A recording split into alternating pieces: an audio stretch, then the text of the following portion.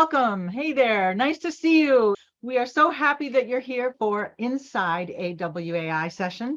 And it's all about making great money with digital copywriting, something I've been doing for quite a while, but who's even been doing it way longer is Nick Usborne, our guest for today. He is the ultimate authority on digital copywriting. Used to be called web copywriting or online copywriting, but now the marketing world calls it digital. So welcome, Nick. Happy to see you. Let's change the slide so we can learn more about you. All right. Happy to be here. Welcome.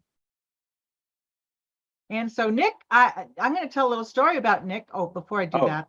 Yeah, we're going to do the goals. Then we're going to do the goals. Oh, wait. Look.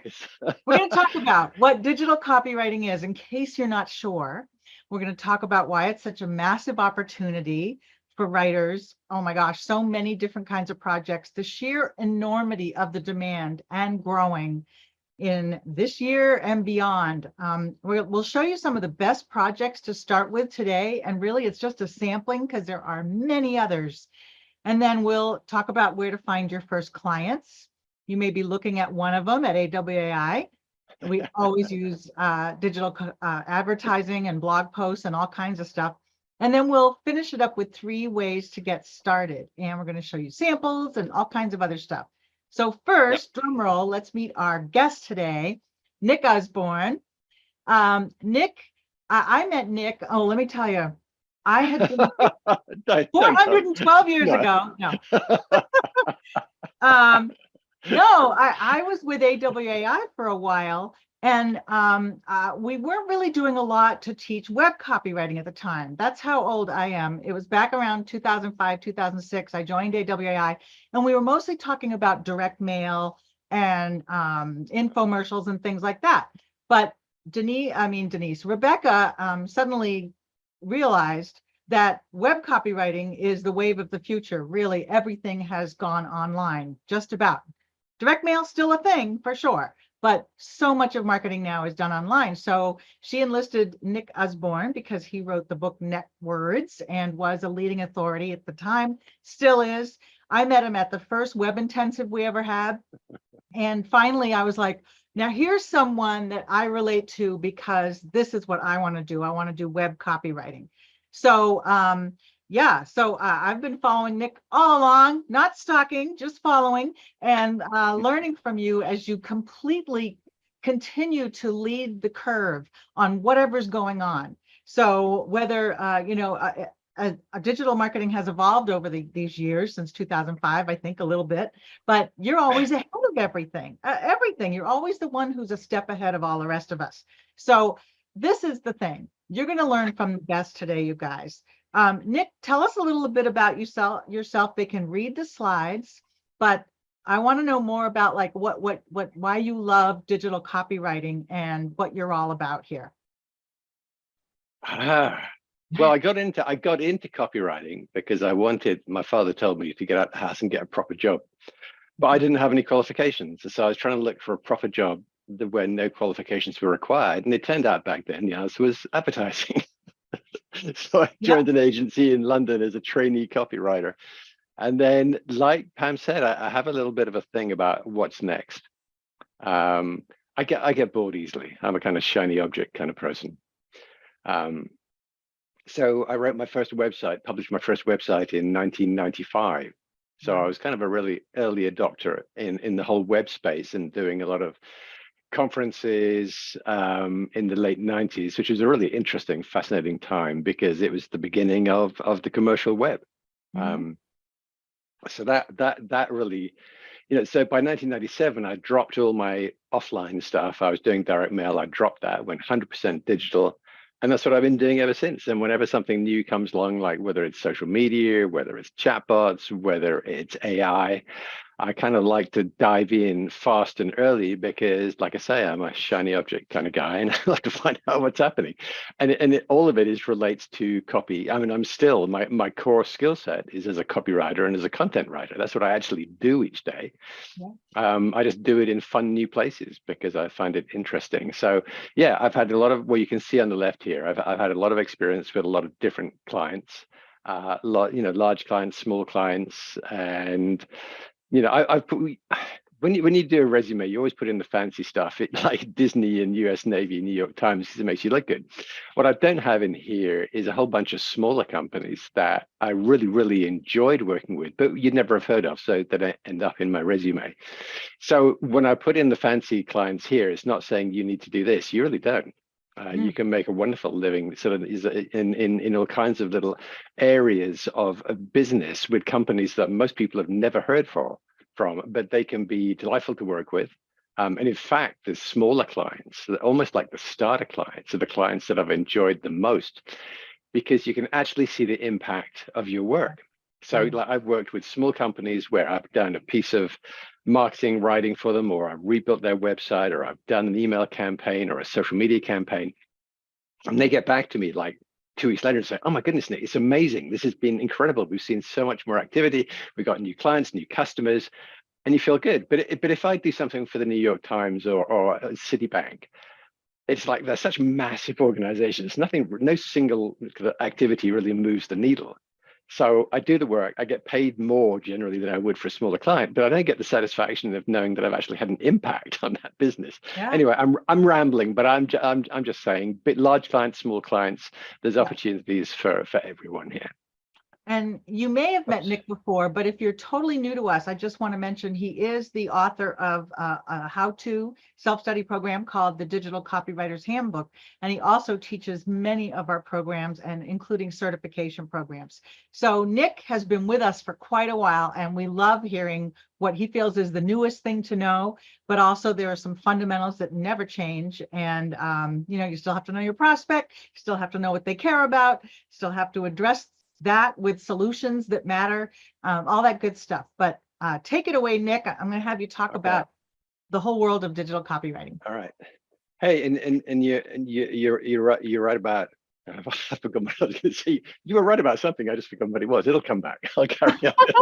So glad I'm right about something. Whatever it was, you were right. Okay. So what is digital copywriting? Basically, it's the words. I'm a copywriter. I write the words. That doesn't mean to say that I'm unaware of the imagery, that maybe the designer stuff. I'm not. That's all part and parcel of it. But that's it. This is our basic skill set is using words, and we're going to use them in the digital realm. So we're going to do things like write a website, and we're going to get into this in much more detail soon. But writing websites, writing email, writing social media, writing mobile apps, like anything that happens on your phones or on computers' screens. This is the digital realm, and this is where digital copywriting happens. So that's what this is about. We are the wordsmiths for the digital realm. Right. Now we're going to get into, and this is a question that comes up. I don't know how many times a year, and I've been asked this every year for the last 15 or 20 years, is, hey, Nick, is it too late to get into copywriting? Is there a future for copywriting? And I've had maybe those questions have doubled in volume this last year, where now we had the variation of, hey, Nick, with the growth of artificial intelligence, is there a future for copywriting? And the answer every time is yes, and it has been for the last 20 years when I'm asked the question. And yeah, the demand I keep waiting for things to plateau, and then I'll be saying things, yes, like a plateau is perfectly normal, but it doesn't. It just keeps going up and up. So here we've just got some data on content marketing, and we're getting more into what content marketing is later. But basically, it's things like blog posts or product reviews, things like that. So not a piece of sales copy, but some informational copy.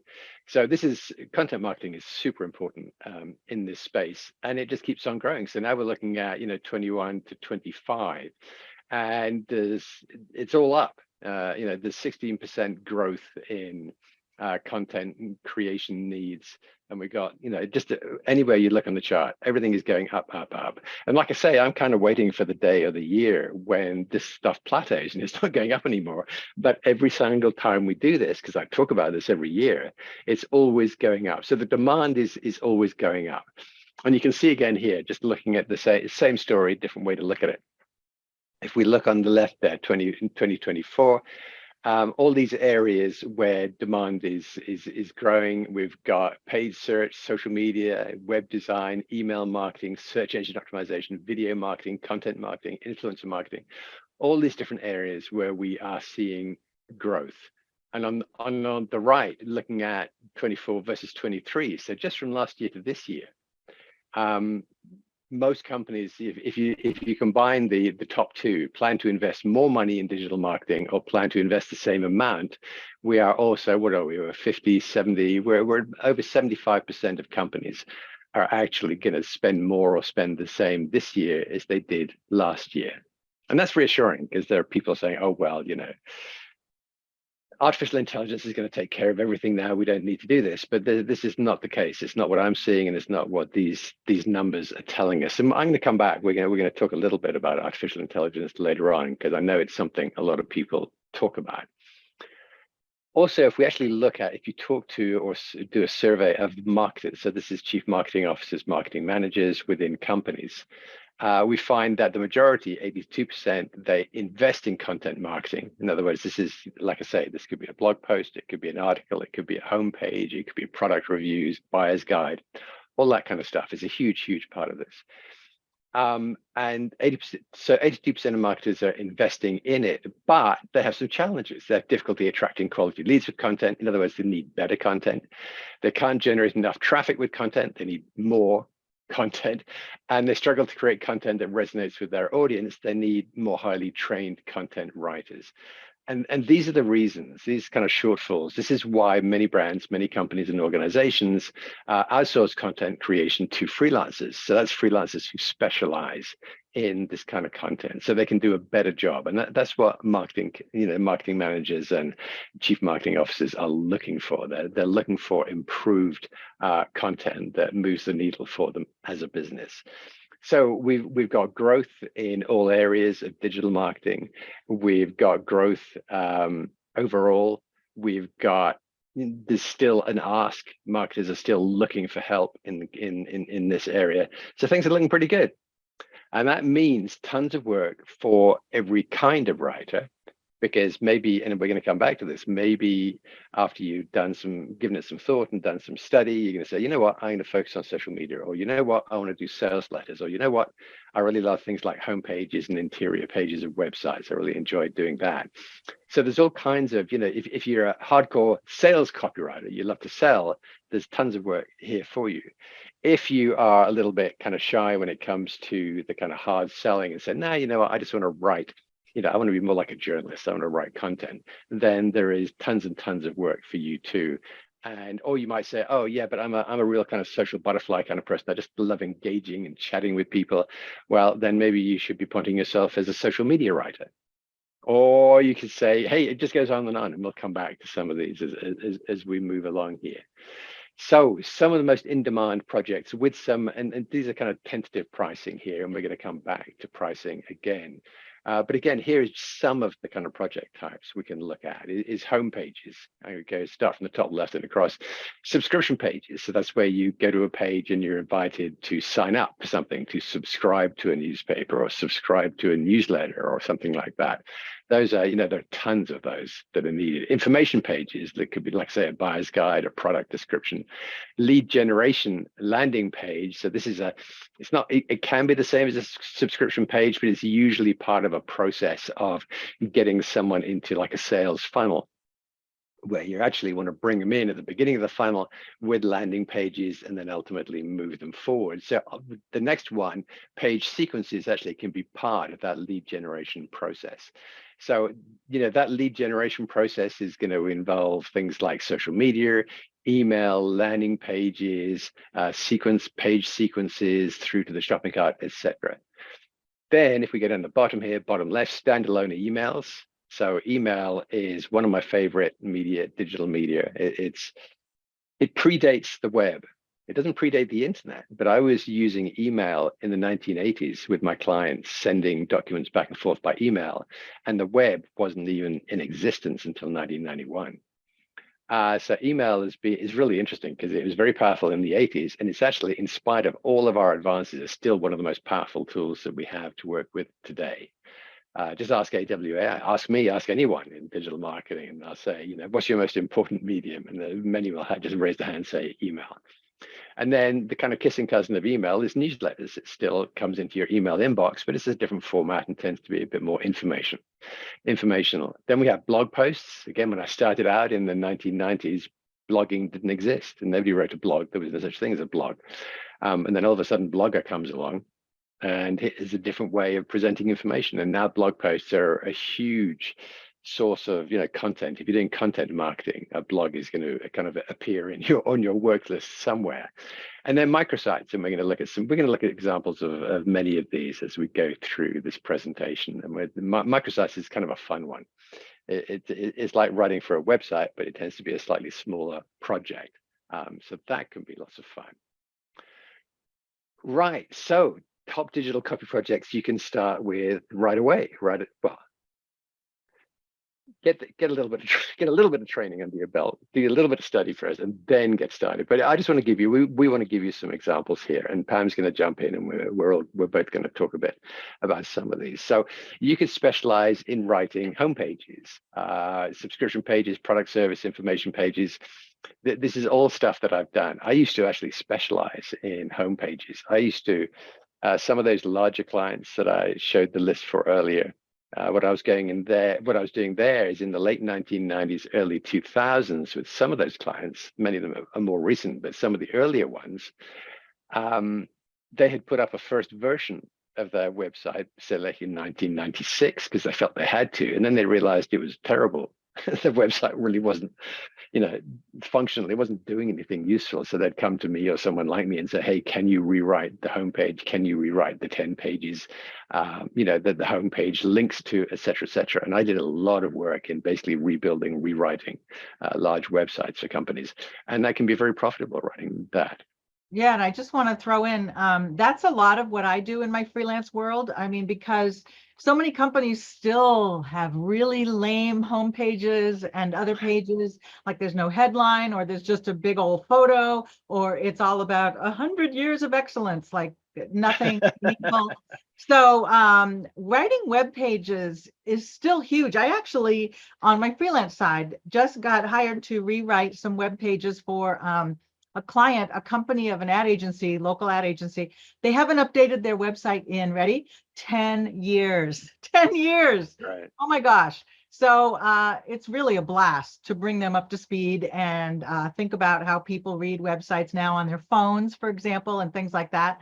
So clients, just it's an infinite need, really. Yeah. And it's like, hey, I'm just looking at this, the image on the left. Actually, as you know, I replaced this. This replaced another image, which I thought was really gray and flat. It was still about weddings. And I thought, nah, that just, let's have a bit of color. So I put this one in.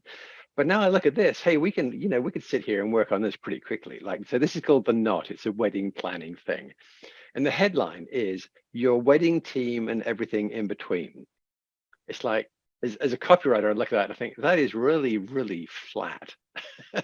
There's no promise there. There's no life in there. It's just your wedding team and everything in between. It's like, okay, yeah. It kind of leaves me, and then it's like, do we have pictures of the wedding couple and the cake? We do, but they're so tiny. so that's the kind of thing, like as a copywriter on a web page or something like that, I'm going to come in and I'm going to look at the copy. I'm also going to look at, I'm not a professional designer, but I can look at this and say, you know what? These are powerful images for people planning a wedding, is the bride and groom and the wedding cake.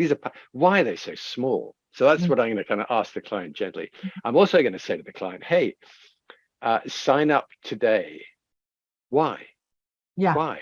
Give me a reason. Why would I want to sign up today? All I'm seeing is your wedding team and everything in between. Sign up. Why? You've got to, if you want me to sign up for something, you got to give me a reason to. So, hey, Pam and I, like most of these websites, we can kind of dive in and criticize these. And I'm sure I've created websites that other people could criticize as well. But I want to say that because this is professionally done. But all of us here, like you guys who some of you may not even done any copywriting yet, you can look at this and say, you know what, I could make this better. I could be of value to this client. I could help them. I could, if nothing else, give people a reason. Why would I sign up? Maybe you get a free wedding planning binder. Maybe you get access to a free webinar about first steps. Maybe you got to give them something.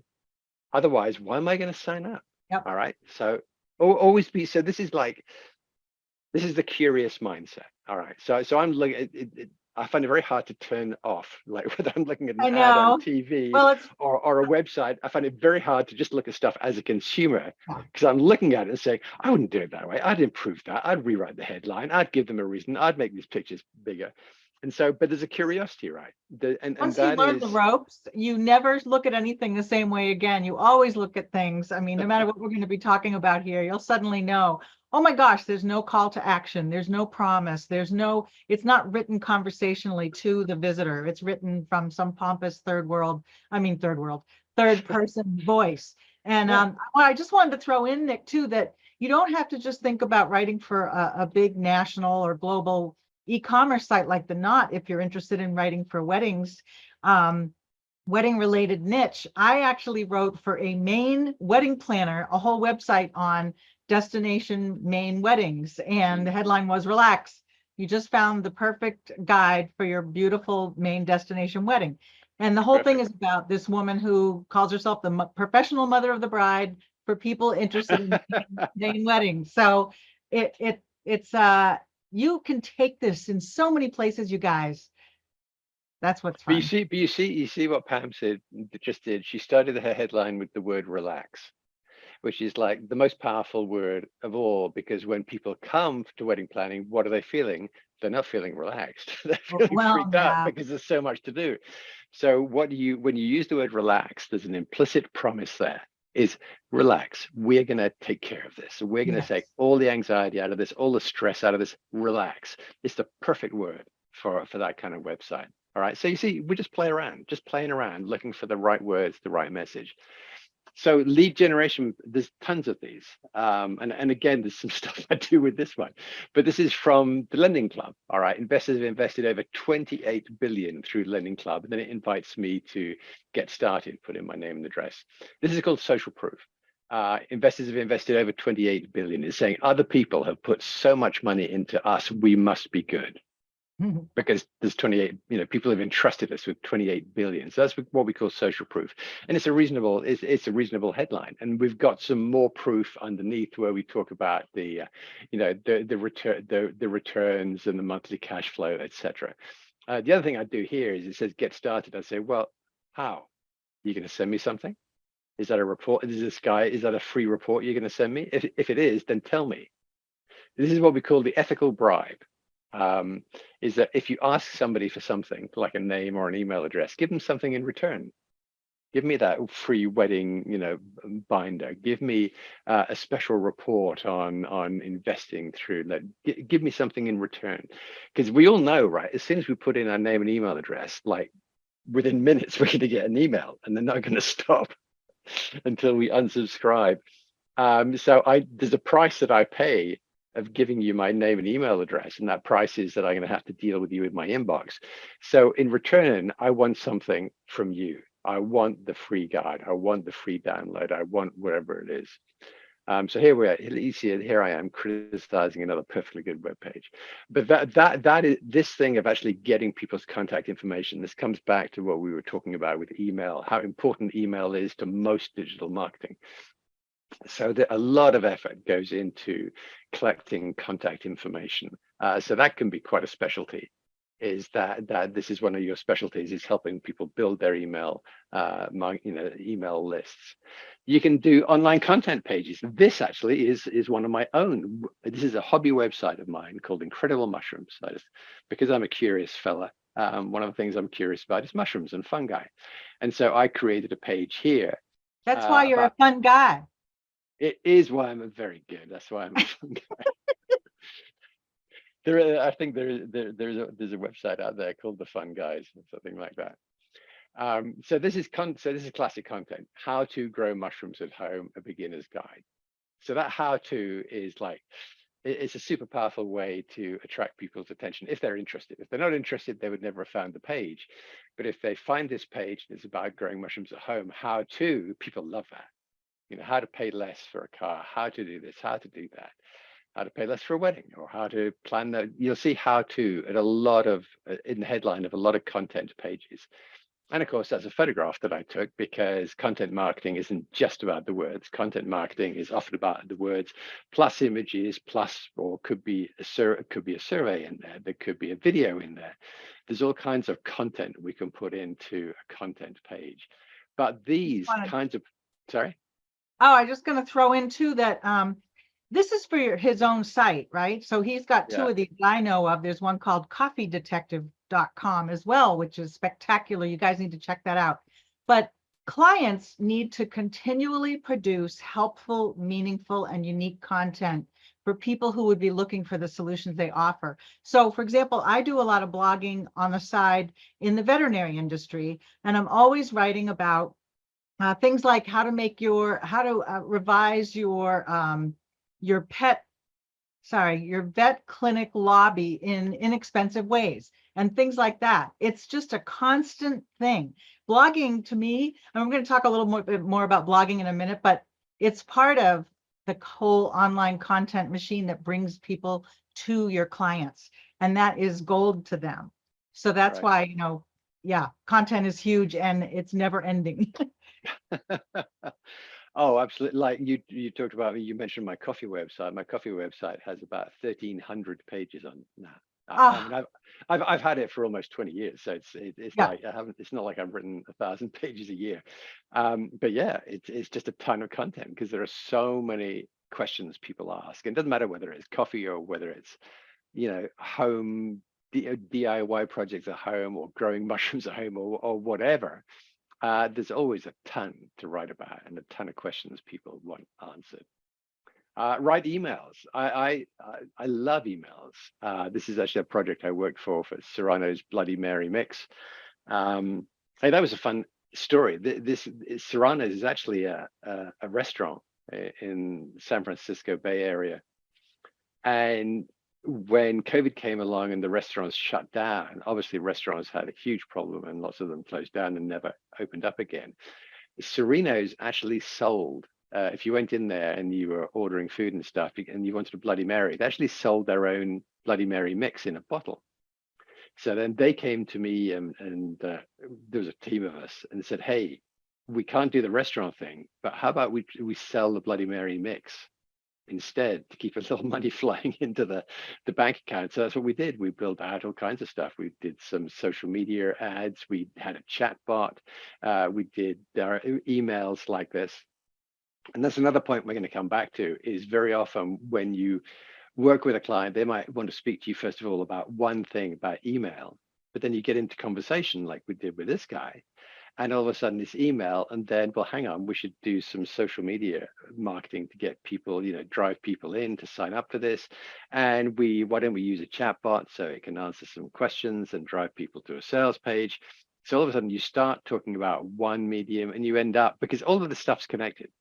It's an email campaign is always going to have a link, right? And that link is always going to be to a website, a page on the website.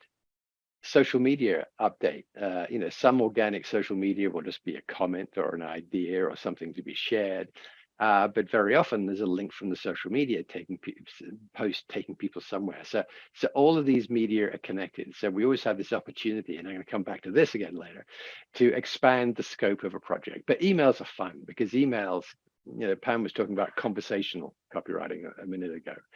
And I love this because I like to write in a very everyday conversational way. I'm not a fancy writer. Like I said at the beginning, I have no qualifications whatsoever other than pleasure in writing. So I write very simple terms. I write the way that I talk, and that suits email very, very well. So I've done a lot of email and email marketing over the years, because it really does suit me. And maybe I want to pick up on something you just said before you jump ahead. So Nick, who is like a leading authority on digital copywriting, just said that he has no qualifications for fancy copywriting. And it's funny, a lot of people think they have to have a college degree in writing or some sort of background in formal, grammatically correct, perfect, writing, and that just throw that out the window. If this is all new to you, the beautiful thing about copywriting, like emails like this, is you're just having a conversation with the prospect. So that's almost all across the board, no matter who you're writing to a human being one at a time. And actually, if you were sitting at a coffee shop with that person, you'd just talk like you talk, right? You wouldn't worry about dangling participles and short incomplete sentences and things like that. You would just have a conversation the way I am with you right now, or the way Nick is. And that's what copywriting, that's what makes it beautiful, is you don't need formal, grammatical, perfect. Uh, No, none of that. It's just a like conversation. I've no idea how to use a semicolon. I never use semi. Hey, I graduated high school, and then my first job, I was a stonemason's apprentice. And then my next proper job was as a trainee copywriter. So there you go. My professional training for copywriting was being a stonemason's apprentice. Um, but yeah, that and in a way, I've worked sometimes with writers where I have to help them unlearn the kind of fancy pants writing, the academic writing, the business writing, and say, no, you don't want to stick a semicolon in the middle of the first sentence in an email, because that's not how we talk to people in email. It's got to be just regular, everyday, natural language, the way Pam was saying.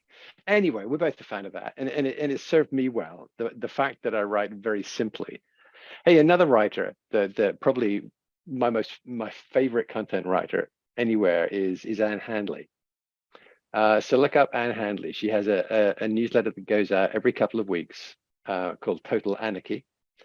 And she writes like, even if you're a complete stranger, after you're in 10 lines in, you feel like she's your friend, which is an incredible skill.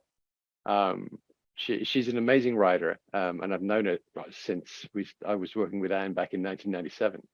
But she started off as an editor before the web came along, and she just totally gets it in terms of natural language and connecting with the reader and engaging with the reader and making the reader feel comfortable, making a reader feel important, feel heard. And these are kind of essential parts of being a digital writer or a copywriter. Right, we better get cracking. E-newsletters, like everyone. It could be a non-profit, could be a political party, could be a local church, could be a local business. Newsletters. So an email often is related to kind of some campaign. We're going to send out a series of emails in support of this campaign or promotion that we're doing. So with AWAI, you'll receive a series of emails, then it's telling you all about this wonderful webinar. All right. An e-newsletter. Hey, it comes from the original paper newsletters, that you could subscribe to and came in the mail. It tends to be more informational. So this is the Defiant. This is a kind of Web3 crypto newsletter. It goes out every day, because like the financial markets, the crypto market is changing minute by minute, hour by hour. So whoever's involved in writing this newsletter is pumping this out on a daily basis, and probably doing some other content for them as well. So newsletters and newsletters. I did a newsletter once for a consumer electronics company, huge company, and it was my most profitable client ever. I was making this sounds nuts, but I was making tens of thousands of dollars a month with this company, writing 2 different newsletters for them each week, and also I was writing content and emails. I actually had to build up a team of people to help me. There was so much work, so not all of that money went into my pocket. There was probably 6 or 7 of us in the end. But the amazing thing about that is hey, if Pam or I rewrite a homepage, the company might not do a major upgrade for another 5, or like Pam was saying, another 10 years. The thing about a newsletter is that this one is daily. It repeats every day. So as soon as you got the newsletter, it repeats. You've got this, you're on retainer. It's not project by project. It's like, as long as you keep doing a good job, every month you send in the same invoice every month. You know what you're making this month, next month, the month after, the month after. And that is golden as a freelancer, because you're not lying in bed thinking, oh, I wonder where my next gig's coming from, because you know. So, and I remember at the time, I spent so much of my time on that project, and my wife said to me, she said, I know this is amazing, but aren't you worried what would happen if they dumped you? And I said, honey, I said in my best patronizing way, I said, honey, I am so deeply embedded in their marketing process. The only way I can imagine them dumping me is if the whole company was bought out by a massive competitor and they fired the entire marketing department. And 2 weeks later, that's exactly what happened. Literally exactly what happened. They were bought out by a massive competitor. You'd know the name of the competitor. Well, it was Best Buy. And they bought this company and they laid off the entire marketing department, and I was laid off at the same time. So that was a lesson for me, because I had like this, a very, very large proportion of my income was tied up with that one client because they were so profitable and it repeated. So I'm in love with newsletters because they repeat month after month or week after week, or in this case, it's probably, like I say, daily. So e-newsletters, if that's your thing, can be a wonderful gig. Right, back to blog posts. Pam was talking about this. So this is veterinary business. Pam, this is right up your street. Do you want to talk about this? Sure. So blogging is. Oh, look, who's this? I know. Who's this young lady? That's when I used to have brown hair. Oh my gosh. It wasn't that long ago, by the way. It was only like last year, 2022, 2 years ago. I still had brown hair. Basically, so this is a journal for a trade association. It's called Today's Veterinary Business. And one category of clients that I think a lot of people don't even consider are trade associations and trade journals. They are constantly putting out information that helps their members who are professionals in a certain field, in this case, veterinary medicine. And it's just an ongoing every month, or in some cases, like Nick just said, every day they put out content, and they need writers who can help. And I'm not a veterinarian. I've never been a veterinarian, but I know how to interview veterinary practice owners and practitioners and office managers and that kind of thing. And, architectural companies or whoever the client wants me to talk to. And then I can write an article based on what they tell me and piece it together in a helpful way. Every industry needs this, you guys, every single industry. And blogging works for companies that are serving consumers, serving other business people. Like that's B2B, where business vendors are writing blog posts that help other companies thrive. It's just this massive market, and you can make really good money even just blogging. How long is how many words would that post be? How long is that? I think this one is either I think it's about 1,200 words. All right, so that's a fair length. Do you remember what you charged for that? I think it was $650 for 1,200 words. Right. It didn't take me that long because they said, oh, why don't you talk to 2 or 3 architectural experts on veterinary practices? So I emailed them some questions. I didn't even set up a call because they answered the questions beautifully via email. And then I was able to take what they sent me and piece together the articles in a how-to kind of way, quoting them. And they sent me pictures like this one here. And they talked about, how it made a difference for their clients. And I didn't really have to do a whole lot. And it's really fun. This also speaks to, we're going to talk a little later about niches, like a niche or a niche, depending on where you live. And Pam has a big background in veterinary writing. Yeah. So over the years, you pick up a ton of experience, so that if you were a complete newbie in this space, writing those 1,200 words, it would probably have taken you a couple of days because you just don't know the lingo, you don't know the industry. But as you've probably done, 500 or 1,000 pieces of writing for that industry by now, it's like a lot of that knowledge, that specialty knowledge, is now embedded in your mind, which means now is when you specialize in something, there's lots of work up front as you get up to speed with that industry, or maybe you already are. Maybe you have background in a particular industry, and that'll become your niche.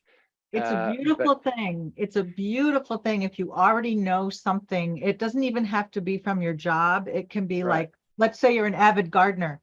You can get out there and write for clients in the gardening and landscaping industry, and that is pretty huge, right? So you already know about soil choice and overwatering and which plants for which zone and things like that. You already know that. So they would latch on to you, clients in that world. I highly, highly recommend, if you know anything that you can write about, that you wouldn't be like, oh, I don't want to write about that because I already did that for 50 years, then forget it. But if there's something that you're like, yeah, I could totally get into this, that they're going to love you for that. And it'll make your journey quicker to getting clients. Yeah. Strangely, you talk about my coffee website, and since I had that, and that's just a personal interest website, it's kind of a passive income website. But I've had coffee companies come to me and say, "Oh, hey, do you write professionally? Can you do some copywriting?" I say, "Sure." And I don't have to pitch myself to them because they've already been to my website and they can see that I know about, coffees. Like, we review coffees. I understand, like, I know their story, their business story. I know what customers are looking for when they're looking for coffee makers or coffees or espresso machines or whatever. So that is really interesting. Is like, I have this website that is actually just, it's like a beacon saying this guy knows coffee. So clients come to me. I don't have to pitch myself. They come to me and say, "Hey, can you write this for us? We're in the coffee space." So that's cool. So again, to Pam's point, if you have, it doesn't have to be, I don't have professional expertise in the coffee industry, but I do have a lot of experience writing about it, and that counts for something. And clients like that. They find it reassuring that, hey, you know something, we can see that. Right, what should we do next? Microsites. Shall I share the story of this? You go first. I just want to say, I'm going to tell the story first. Oh, okay. I was revising this deck this morning because I always do, because like we've done this before, but I always go through and I update stuff and I change stuff. And it had this page, this website homepage here. It didn't have that one this morning. And I looked at this and I've never heard of that. I said, well, I can't speak to that. So I dumped the slide and I said, but I do know about this. So I put this one in. And I sent it off. Pam writes back like, "What? I wrote that." So I felt really, really bad about that. So now you have both. I'm going to talk about Chanel. Okay, go ahead. Pam's going to talk about whatever this one's about. So microsites. What is a microsite? A microsite is not like a full website. It's not a company's full website. So the Chanel example here, this is not like Chanel.com. It has a different domain. And basically, it's a branding exercise. Somebody in Chanel said, "You know what? We should share the story, the history, the background of Chanel." So that's what it is. You don't buy stuff here. It just has these three links, basically, is the founders, the history, and the stories.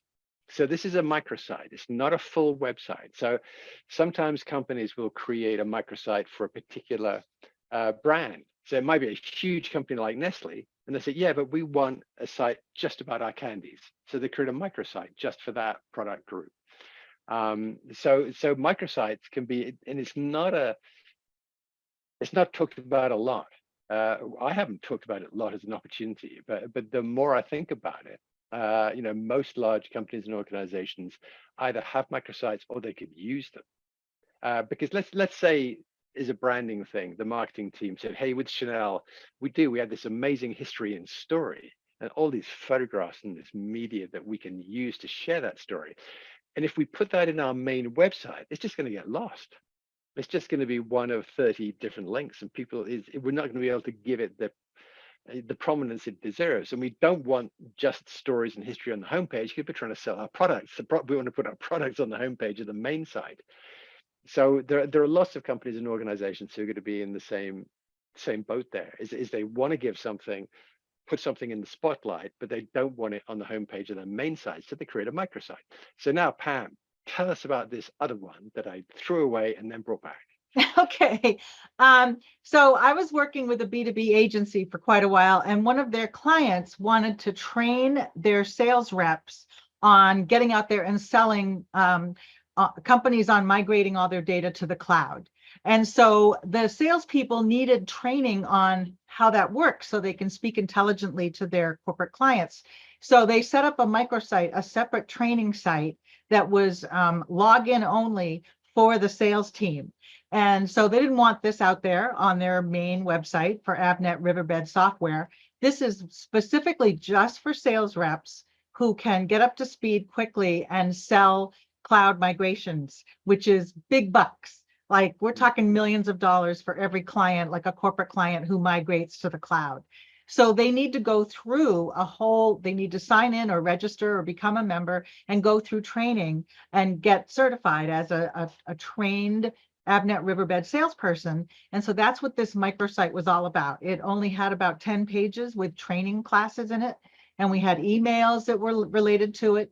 And the more people they could sign up for the training, the more salespeople they could groom to go out there and make big bucks for that software solution or that cloud solution. So it was a total blast. And I know nothing about this, but you basically jump into a project with a set of questions, and the client may or may not have a creative brief that gives you all the data on who the prospect is, what the goal is, what you want them to do.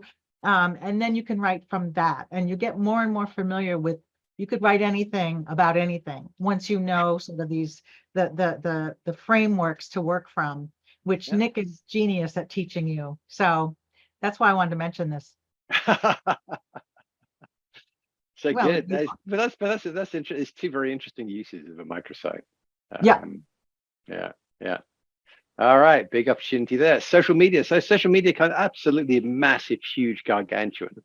And there are two sides to this. There's organic social media where you're just basically putting up images of, I don't know, it could be like say in the coffee industry, it could be one of their founders walking in a coffee plantation in Guatemala or something. It says, hey, here we are in Guatemala, checking out the coffee before we buy it. So that's just like an organic social media update. And it could be on Twitter, it could be on Facebook, it could be a little video on TikTok or whatever. It could be on Instagram. Then you get the paid stuff. You get the paid, which is a big part of it now, particularly on the huge platforms like Facebook. Where if you actually really want to reach a large audience, you need to go paid. So you're paying per click. You're buying these impressions. So you're really paying attention to the words, and you don't have a ton of words to play with. In these, so here we have AWAI, and this I'm assuming is a paid for ad. And yeah, this is all about user experience, copywriting, and stuff like that. So you got an image, you've got the word. Hey, the fun thing with this across all web stuff, but particularly social media, is that like Facebook gives you such amazing kind of data and analytics. You can always track and see how things are doing and test things and try different bits of copy and different images and different headlines, different times of day, different audiences. It's this kind of amazing analytics tracking machine, Facebook, which is kind of cool because I've learned stuff writing paid ads for Facebook where I suddenly realized what's working and what isn't. And I think to myself, I should go back and make some changes to the sales page based on what I just learned from the analytics here. So fun times. And it's a huge industry now writing for social media.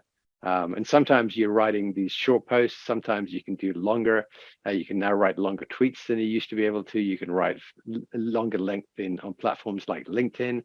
You could find yourself writing video content for things like for TikTok or on platforms like Instagram, or even on Facebook. They have their own kind of video option there.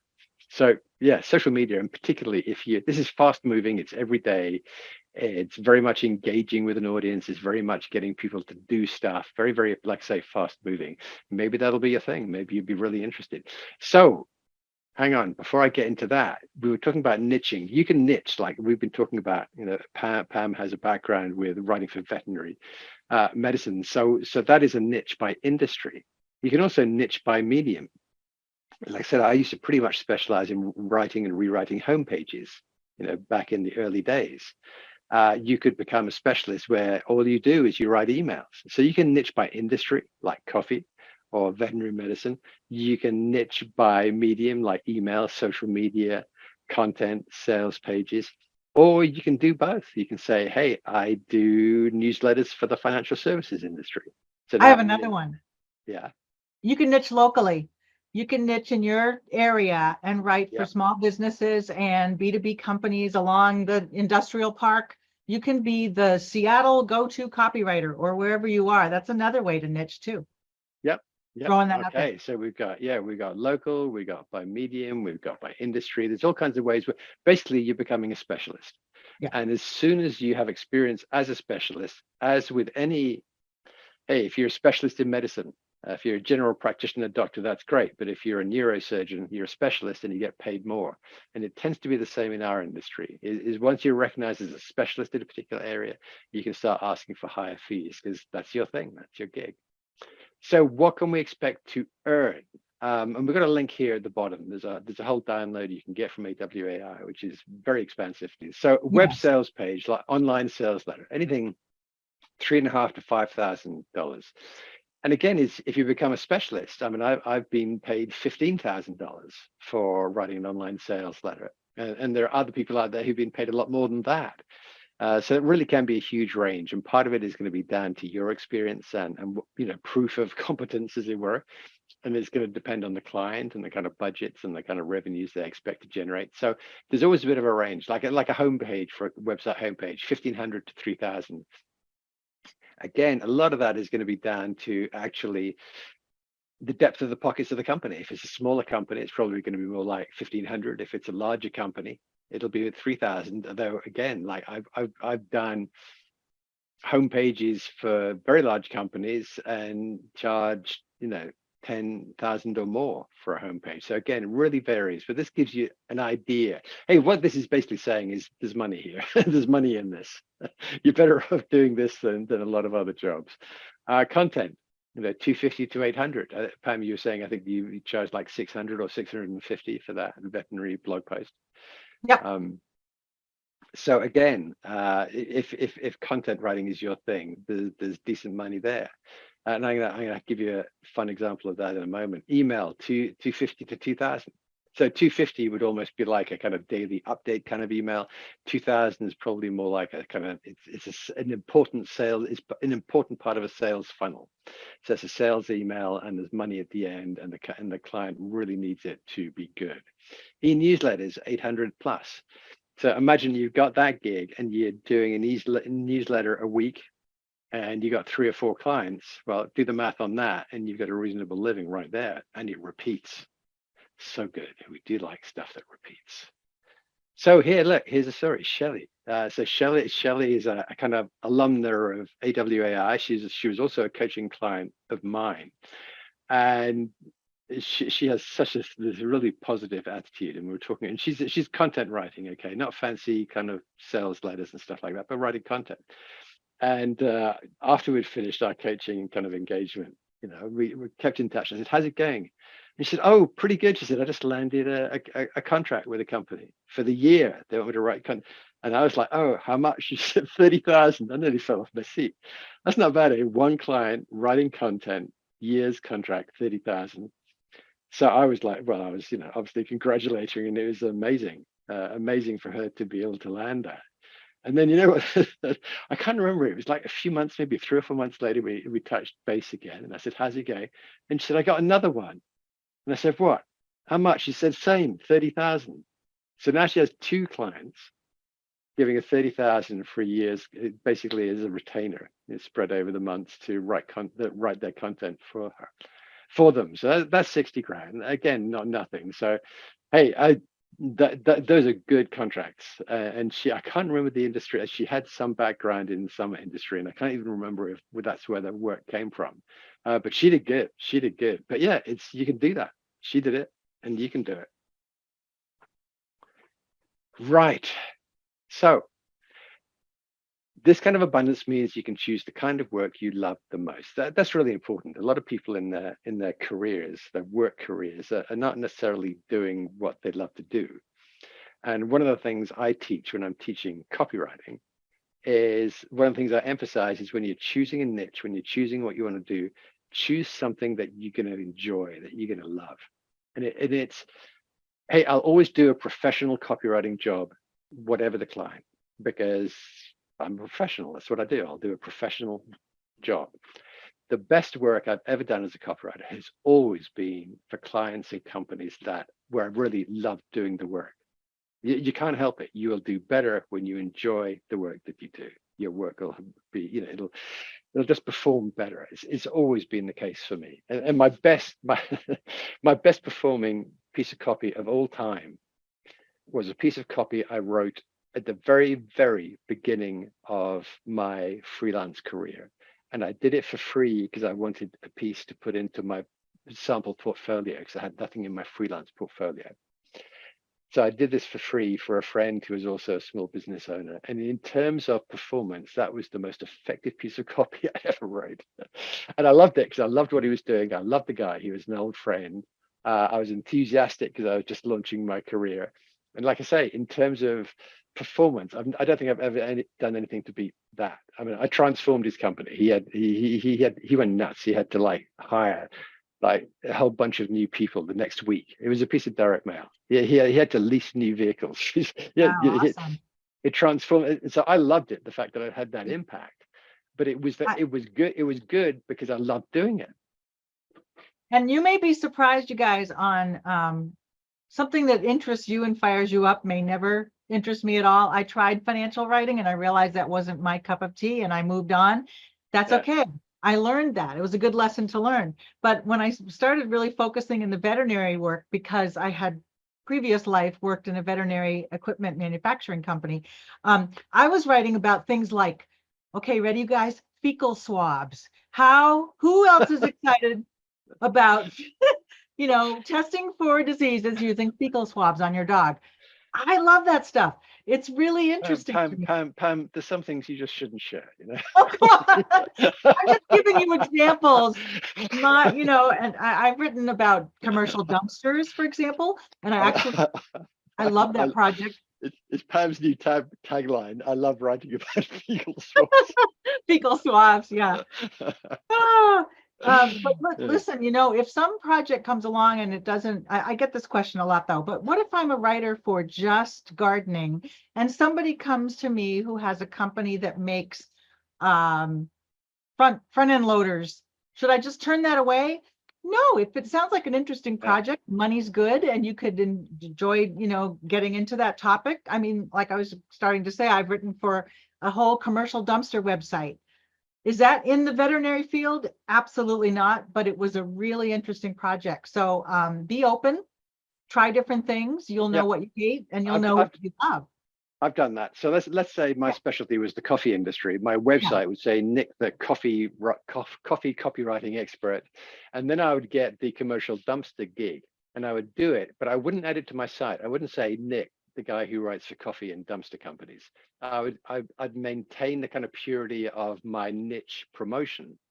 Yes. So I'd do other gigs as they came along if I liked them, but I'd keep my branding pretty clear on actually I'm the coffee guy. Yeah, because when you're branding yourself, you want to attract clients to you. You don't want to have to be chasing clients. So if you're very specific on what you offer, those are the clients that will find you and go, oh my gosh, a unicorn, yay.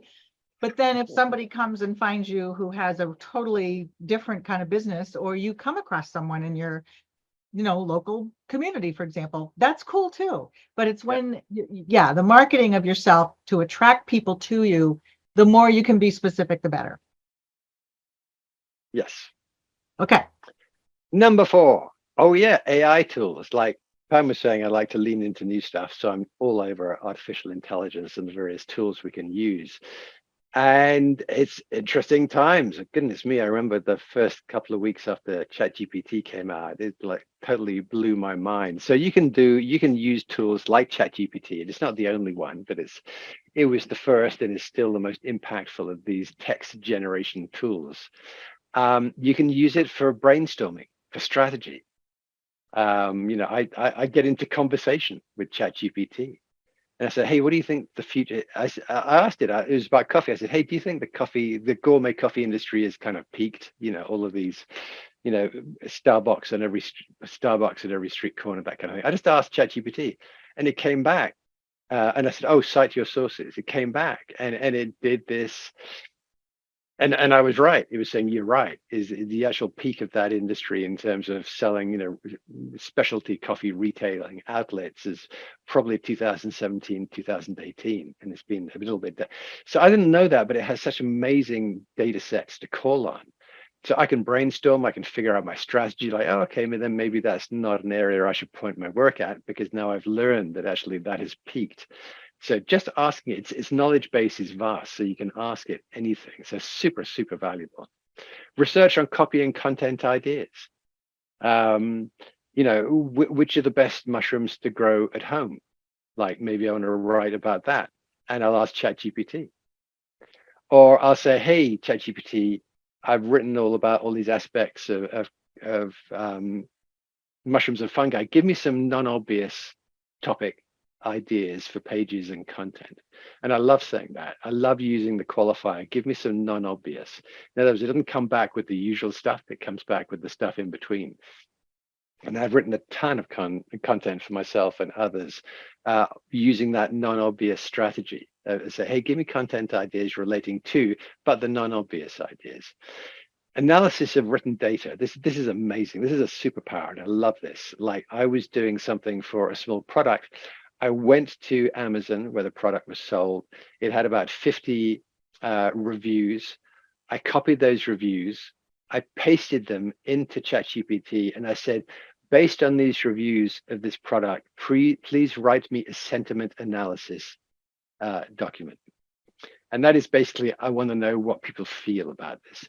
Now, for me to go through 50 reviews and hold all that information in my head and somehow to analyze it, it's almost impossible for humans to do that. It's a piece of cake for ChatGPT.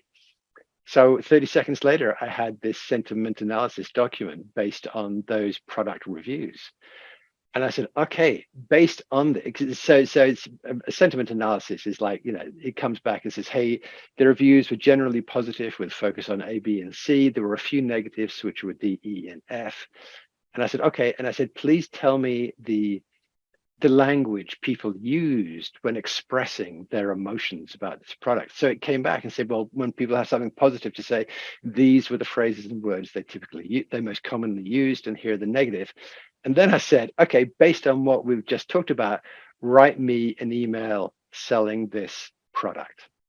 And it did, and it drew on the reviews, it drew on the language. So it was doing a lot of the stuff that I do as a copywriter myself. I want to listen to my audience, I want to listen to their language, I want to understand their emotional, their desires, their fears. And I basically, with prompts, coached ChatGPT down that same path, and it wrote me a really, really good email. Now, I did some edits to it, I made some changes to it, but it was a very, very interesting exercise. Okay, outlines if you're doing a presentation. I've done just yesterday. I pasted into ChatGPT a sales page, a long sales page, and I said, hey, if I was selling this in the form of a webinar rather than a sales page, break this, convert this into a PowerPoint presentation, please.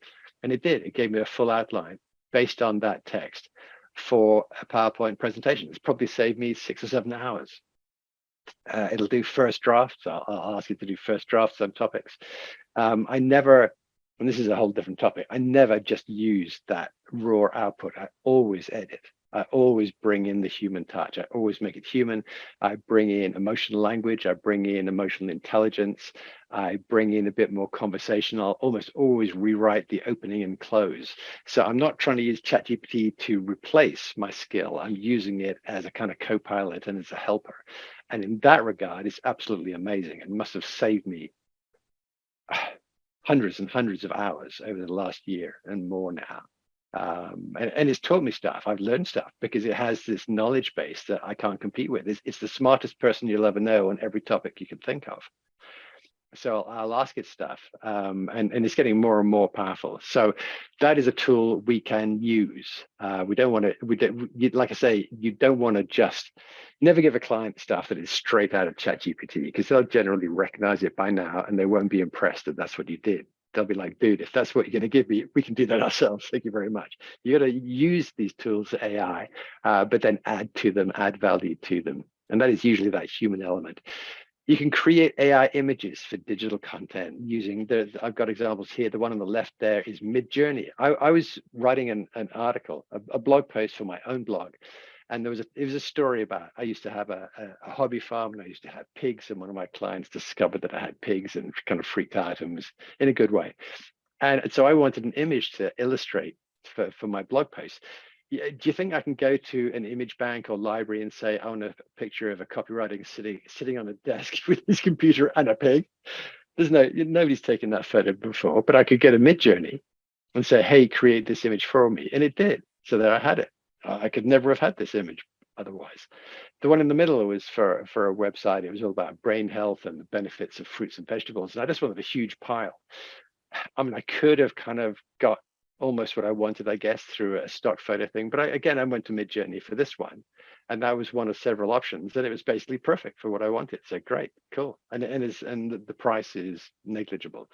The one on the right was actually by DALL-E 3, which is in fact now integrated into ChatGPT, and I used a different tool there, because while Midjourney, and particularly Midjourney version 6, which is only recently launched, does amazing images like the ones on the left, what it's still not very good at, though version 6 is better, is the words. So on the right, I went to DALL-E and I said, look, I want a picture of somebody in an urban setting, a freelance copywriting area for their home, and I want a poster or something like that, just saying copywriting 2024. And most tools are not very good. It'll come out as CPIO or just complete nonsense. But DALL-E 3 is really good when you give it the actual words. It doesn't, like, I probably had to do this 4 times for it to spell copywriting 2024 exactly right. But it got there. So again, that's exactly what I wanted. Could I find that any other way? Not really. But now, so I can use this. So a lot of companies are now using this kind of content. There's lots of discussions about plagiarism, about copyright, about all kinds of stuff. And it's early, messy days in the world of AI and AI content creation for the web.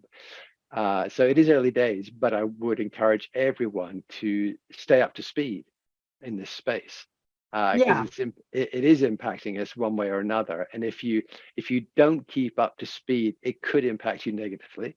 If you do keep up to speed and use these tools in a smart way, it will impact you very positively, because it's a super powerful tool to have at your disposal. And we do have articles on AWAI.com on using ChatGPT, so check those out, because we have to move on, you guys. But also just stay up on top of the news about it, because there are new releases coming out and things like that. So really, you can immerse yourself in search to keep on top of what's going on with ChatGPT, because I do want Nick to keep going. We have more to present. Yeah, I'm sorry. No, it's fine. It's an interesting. Right. But you could spend an hour on it. Okay. Right. How to get started getting your first client. So start with your inner circle. Maybe if you have any kind of background in business or working for companies, you probably have some people in your, I was going to say Rolodex, but your contacts file where, hey, Jack's got a small company, or Doris has just started doing this thing, or she works for that such and such company down the road. Why don't I just let them know? They know me. I'm sure they'd be happy to support me. So, and that's what I did. The client I said where I did my best piece of work perhaps ever, is he was someone I know who also ran a small business. So I said, hey, I'm starting out. I want to write some stuff. I'm not going to charge you, but I want you to write me a really nice testimonial if it goes well, which it did, and which he did. And he was part of my inner circle. He was someone I knew who had a small business. Or if you don't know people, you probably go to places locally. There's probably local companies, local businesses, it could be the pool guy. It could be people who do home renovations. It could be a local bookstore, or a local cafe. Just people where if you walk up and say hi, they maybe recognize you because you've been in their store. You do the same thing. Hey, I'm starting out. I want to do some writing. Yeah. Yeah, I have a great example. So my lovely accountant, I don't know anything about accounting, and he doesn't know anything about digital marketing or websites or anything. We are perfect for each other. Like it's so funny. I have him do my taxes every year, but I also do his newsletter 4 times a year. I have for 28 years now and counting. Wow. And we need each other. And so you will have people you already do business with where you can say, I noticed your website or your blog is kind of dated and you haven't updated it, blah, blah, blah, blah. I could really help you with that. And then you can work out a wonderful arrangement that could last for years like mine is. So listen to what he's saying about that. One thing I'll add to that is I wouldn't say your website looks outdated, because no one wants to hear that. I'd probably say, hey, I can think of 3 ways we can make this even better. Yes. And good. now they're all ears. Like, oh, when I started out, I'd say, your website's really bad. Well, this was a relationship I had where we were so close. We knew each other really well, where I could say, what are you doing with? But I used to make the mistake of approaching it as a negative, and then I learned pretty quickly that people don't want to hear that, but they do want to hear you if you say, Right. hey, I was looking at your website and I could see there are 3 things I could do for you right now that are going to move the needle for your business. And now they want to listen. Absolutely. I can help you Now, bring in more clients by just putting where you're located on your website. Oh my gosh, amazing. All right, so look, here's a tip. Part of this is a numbers game. When you reach out for prospective, if you have a list of 50 prospective clients, most of them are going to say no. And it's not because they don't want to work with you. It's not because they don't need the skills you have. It's because the timing's off. They don't have anything right now, or they just hired someone else, or people can get discouraged. This is a numbers game. You need to go out again and again and again. And like I say, most companies will say no, and it's nothing to do with you. It's them. It's not you. They just don't need you right now. So, you can always circle back with them the month later or a month after that. I've done that. So when you are writing to them, a 2 or 3 line message asking for name and contact. So I'm going to show you straight away. Hi, or whatever, and this is often through a contact on the contact page. You don't have a name. You're just going to say hello or hi. My name is, Doris Jones. I'm a freelance digital copywriter. I'd like to introduce myself to the person in your company responsible for hiring freelance online copywriters. I'd be grateful if you give me the best way to contact them. Thank you in advance, whoever. So this is short and sweet. Do this. The worst thing you can do, and I see it done over and over again, is write a huge long email all about yourself. You're a stranger and you're writing to a stranger. They don't have time to read your long email. They don't know who you are. It's like going on a first date and just not stop talking about yourself. Not a good approach. All right. You want to keep it the first contact, always make it simple. And if they come back to you and they're from Will saying, hey, you need to, you want to speak to Anne up in marketing, here's her email address, then I can go back and say, dear Anne, hi, Jack suggested I reach out to you. I'm a freelance digital copywriter. And again, keep that first email super brief. Now, I can't, I'll open an email because I get emails like this asking, hey, Nick, can you, please use our services or whatever. If the email is more than 1 screen long, I don't even start reading. I don't have time. I've got so many emails to go through. I look at it, I don't know this person. I've never heard of this person. This is a long email. I don't have time. Delete. I literally delete it. And that's exactly what your prospective clients will do. They're busy. So you got to respect that at the beginning and just have these very, very simple, brief introductions. If they're interested in talking with you, they will let you know. Tips on maximizing income. Work to your strengths. We talked about this. Do you have a professional background? Pam was talking about this. Do you have a strong preference? Are you particularly good at a particular kind of writing or copywriting? Do you think you'd be really good at social media or sales letters or email? So always work to your strengths. Should you use a niche or specialty? We've covered this pretty much. So on the left, this is B2B. This is software as a service. If that's your thing, cool. On the right, we have vacations. On the bottom, we have kind of therapy, so mental health, alternative health. Do you have a niche or specialty? If you do, and again, Pam's spoken to this, I've spoken to this, that can really help. If you focus on something where you have an established knowledge base and where you also feel some enthusiasm, you enjoy that topic, you enjoy that industry, that can make a huge difference. Focus on clients who get your value. This is really important. Not all companies get the value of good copywriting. Avoid those that don't. So if you look for companies that are in direct sales, like direct mail, they know that copy is king or queen. All right. They know the copy has got to be really, really good. But also online, most of online activity is direct responses. Please fill out this form. Please give us your name and email address. Please click this buy button. All right. So e-commerce is like where people say, hey, we need a good copywriter. We know we need a good copywriter there. And our company, does the company have a strong marketing ethic? Like if you look at the website, a temptation is you go through some websites, you see a really bad one, and you think, oh my goodness, I could bring so much value to this company. I could bring so, I could really, really help them. But you've got to pause and think, well, hang on. If their homepage is that bad, do they care about marketing? Maybe it's that bad because they just don't care. Maybe I'm going to be the 50th freelancer saying, hey, I can help you with this. So I try to look for companies that are actually already doing a reasonable job. They're signaling to me that they care about the quality of the writing on the homepage. but I still see ways I can make it better. So I want a company that is committed to good copy, but where I can still see opportunities to help them. That, to me, that's always been my sweet spot. Expand the scope of every project. We've talked about this. Want a sales letter? How about some emails to go with that? Hey, this is like, do you want a burger? Do you want fries with that? There's always like an upsell, and there's always a way we can expand the scope. Want some content pages? Okay, how about some social media? They're connected. You're on the homepage written. Okay, how about I work on the major category pages as well? This was my go-to pitch. So I told you I used to get all these gigs on homepages, and I'd say, well, if we're going to rewrite the homepage significantly, we should look at all those other 10 pages that are linked to the homepage, and we should probably look at those too. And it wasn't just a sales pitch, it's true. You probably should look at those too if you're doing a complete overhaul of your homepage. And the client would say, you're right, let's do that. And all of a sudden now my estimate is 2 or 3 or 4 times what it was going to be. All right. So get started, next steps. And tell me, Pam, when you want to jump in and take over. I can't quite remember where we're at in terms of getting. Oh, we've got about 3 slides, I believe, until we get into some news that we want to share with you guys.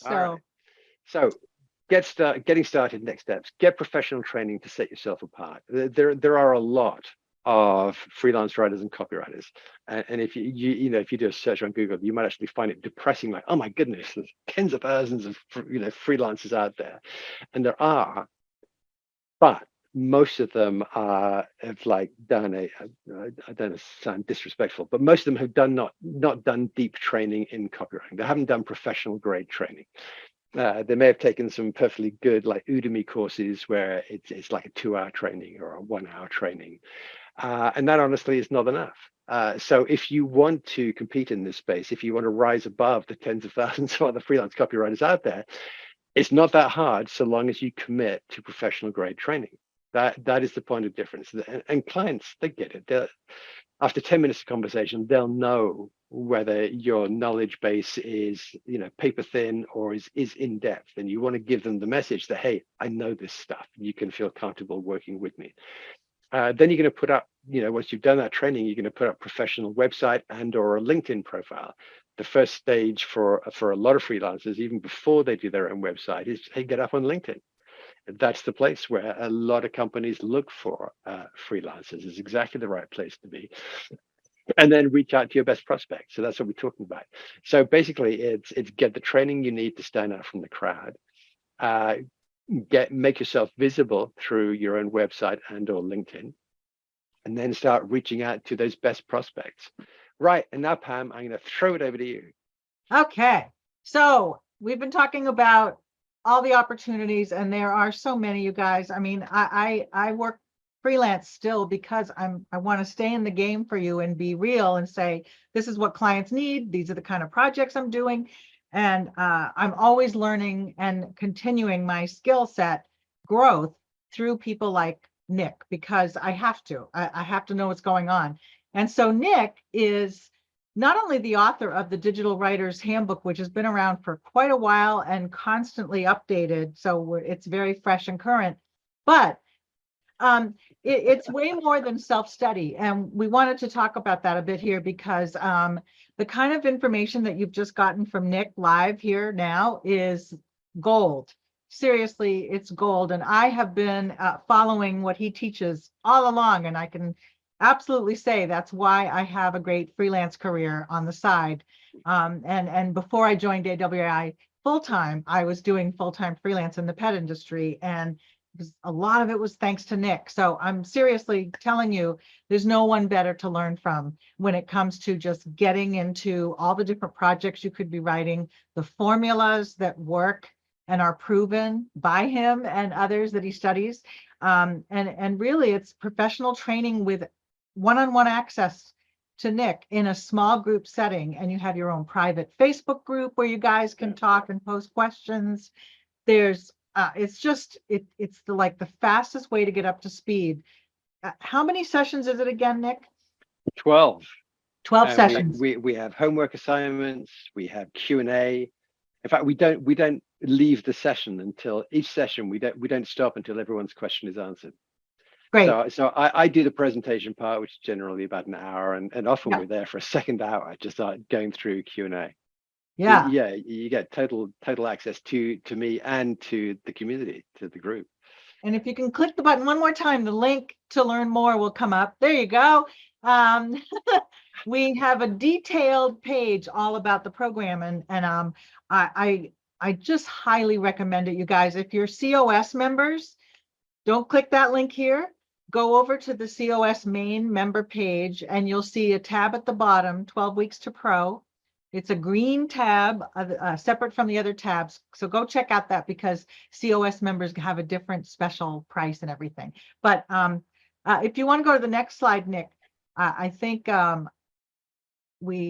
just want to see there. There you go. So it's Right. basically click one more time for the link. But I look so cute. Right. We got to remove no, you won't disappear. It's all about Nick and his beauty.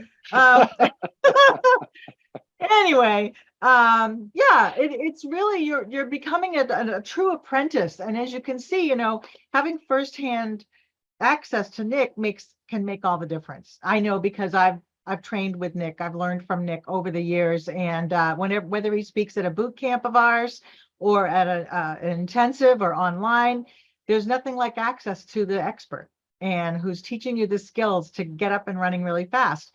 So that's all I wanted to say. And Nick, I don't know if you want to add anything to this, but I was just going to very briefly add that this training actually.